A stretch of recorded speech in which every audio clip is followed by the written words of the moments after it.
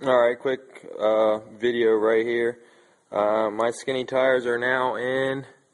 They are the Pacemaster 185/55 17s radial sport street. They're tubeless polyfiberglass black wall with standard load. They are mounted on 7/10" Race Star wheels. I'll go ahead and unpackage them. Alright, continuing on with the Race Star skinnies for a 2011 Mustang GT. You'll get a little white box that has the center caps in them with an Allen wrench and some screws. And basically what you do is, I went ahead and just put the screws in there already. Well, they're falling out, but you just set the center cap up in there like so, and then go ahead and screw in your nuts. I'm going to go ahead and get these cleaned up, get these center caps mounted, and I'll get them mounted on the car, and I'll make a full video of the car, as well as some pointers if you're installing the fatter tires on the 2011 Mustang GT with lowering springs. Alright, I do want to see how much weight I'm saving switching to the skinny front tires. I went ahead and adjusted this scale. There's a 10-pound dumbbell on there right now, and it's right at 10 pounds.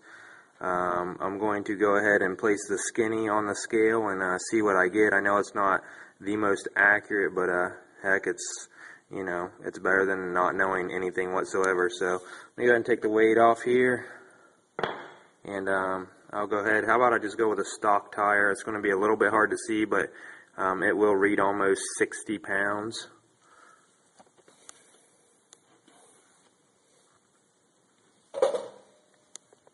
So I'm just barely holding on to this, and I'm actually holding it on the side just so it doesn't roll off, and it's almost 60 pounds. Knowing that, I do know that the package, when UPS took it off the truck, the shipping weight was 56 pounds. So it looks like I may be saving almost half in weight. So let me go ahead and I'll take this tire off. This is the 19-inch that comes on the California Special, weighing in at almost 60 pounds.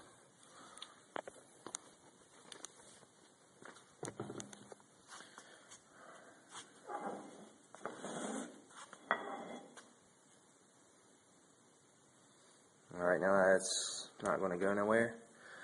Oh, it almost fell.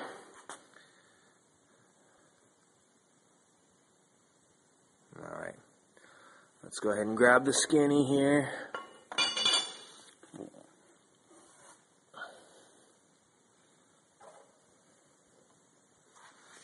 Alright, so I got the skinny on the scale here, and all I'm doing is balancing it so it does not roll off.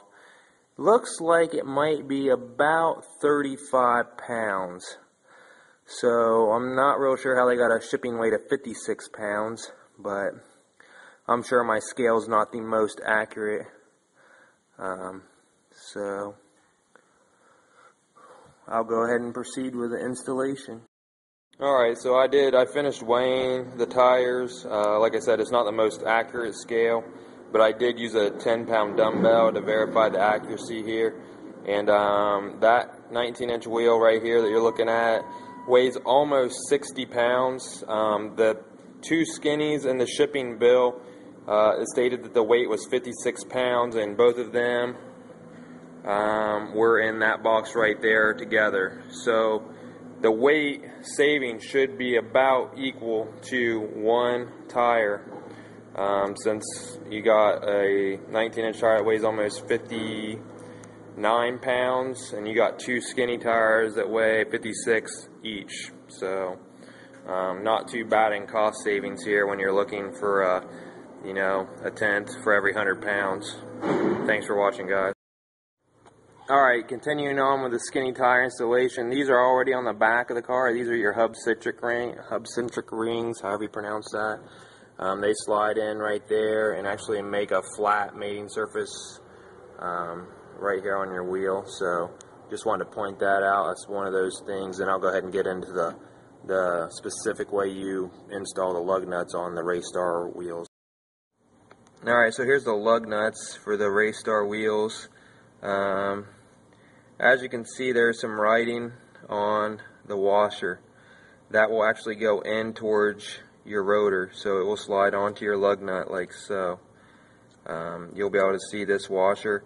It is an offset washer, and the way you install these is whatever one you want to go ahead and start on, go ahead and start the lug nut off, and then you want to spin the wheel to the 6 o'clock position to let the washer float freely. The heavy part of the washer will go down towards the 6 o'clock, and then you tighten this down so the washer can't move. Then you go ahead and you start in with your next lug nut and washer, and you repeat the process, rolling to the 6 o'clock position to ensure that the heaviest part of the washer is face down every time. Then once you're done with that, you go ahead and torque them all down to, some people have been saying online, 75 foot-pounds of torque or 100 foot-pounds of torque. Kind of depends on who you are, what you want to do. A lot of people are complaining that these lug nuts are kind of soft. I went ahead and used 100 foot-pounds of torque, and it didn't seem to really mess with them, so I'll go ahead and install these. Alright, here's a quick view. The front of my car is now very low. I still have the 1.5 inch drop springs on the front end, but I do have the race stars on, so hopefully I don't drag freaking anything coming out of the garage or on the road towards the track. Go ahead and give side view here. Just got them on and torqued in. These are the front skinnies. They are 185, 55, 17s. The rims are race stars. They're 17 inches. That way they clear the front brakes. It has a very, very aggressive stance. I can't wait to actually get it out on the road and see what the stance looks like. I'm kind of in my wash bay, so the concrete kind of slopes towards the center here. Here's the rear race stars. I've had them for a while, as you guys know. One thing to know here is that I did have to go back to my factory springs on the back because 1.5 inch drop caused the tires to rub on the inner fender well, and you know, I don't really want to bust my fender or bust the tire, so I had to put the stock springs back in, and not the inner fender well, but the lip right here is where it was rubbing. So alright, hey, thanks for watching. That's the Race Star rims. If you've already dropped your car, you'll need to think about putting your factory springs back in the rear. Front looks really mean, setting really nose to the ground. Nice drag stance, and we'll see what we can put together this weekend at the expo. Thanks for watching. Bye.